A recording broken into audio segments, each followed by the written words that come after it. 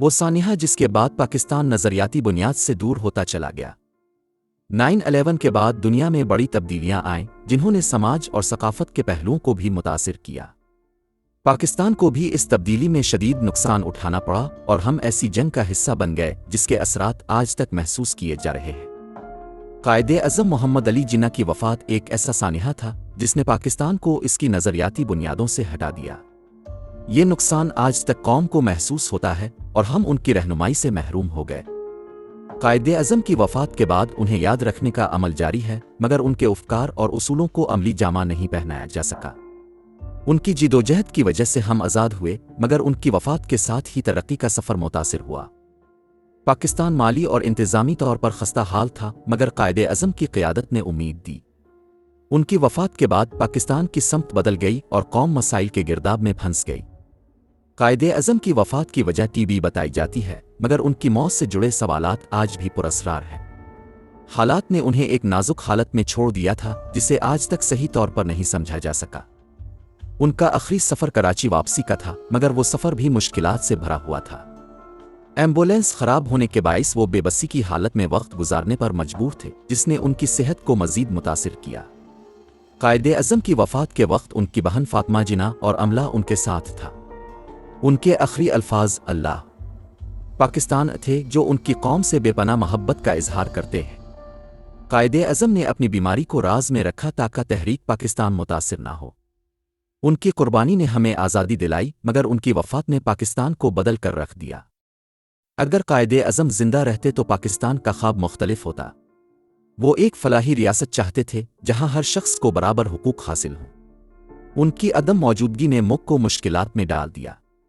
قائد اعظم کے اصولوں سے روگردانی کا نتیجہ یہ نکلا کہ ہم نے آدھا پاکستان گنوا دیا۔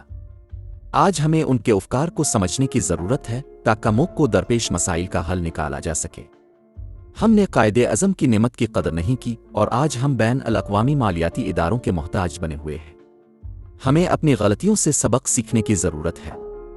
پاکستان کو قائد اعظم کے خوابوں کی روشنی میں آگے بڑھنے کی کوشش کرنی چاہیے۔ ہمیں اپنی نظریاتی بنیادوں کو مضبوط کرنا ہوگا تاکہ ہم ترقی کی راہ پر گامزن رہ سکیں۔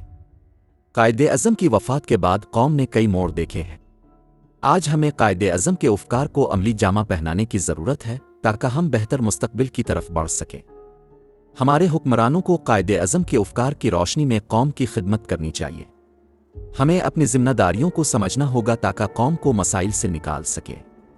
قائد اعظم کی وفات کے بعد قوم کو ان کے افکار کی روشنی میں ایک نئی راہ پر چلنا ہوگا۔ ان کی تعلیمات کو عام کرنے کی ضرورت ہے تاکہ ہر شخص ان سے رہنمائی حاصل کر سکے۔ ہمیں قائد اعظم کے اصولوں کو یاد رکھنا ہوگا تاکہ ہم ترقی کی راہ پر گامزن رہ سکیں۔ ان کی تعلیمات کو اپنی زندگیوں میں شامل کرنے کی ضرورت ہے تاکہ ہم بہتر قوم بن سکیں۔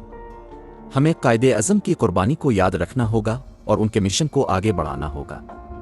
ان کے افکار کو سمجھ کر ہی ہم ایک مضبوط اور متحد قوم بن سکتے ہیں۔ قائد اعظم کے خوابوں کی تعبیر کے لیے ہمیں ان کی تعلیمات کو عملی جامہ پہنانا ہوگا۔ ان کی زندگی اور جدوجہد کو سمجھ کر ہی ہم ترقی کی راہ پر چل سکتے ہیں۔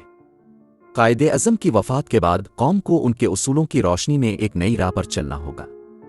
ہمیں ان کی تعلیمات کو عام کرنے کی ضرورت ہے تاکہ ہر شخص ان سے رہنمائی حاصل کر سکے۔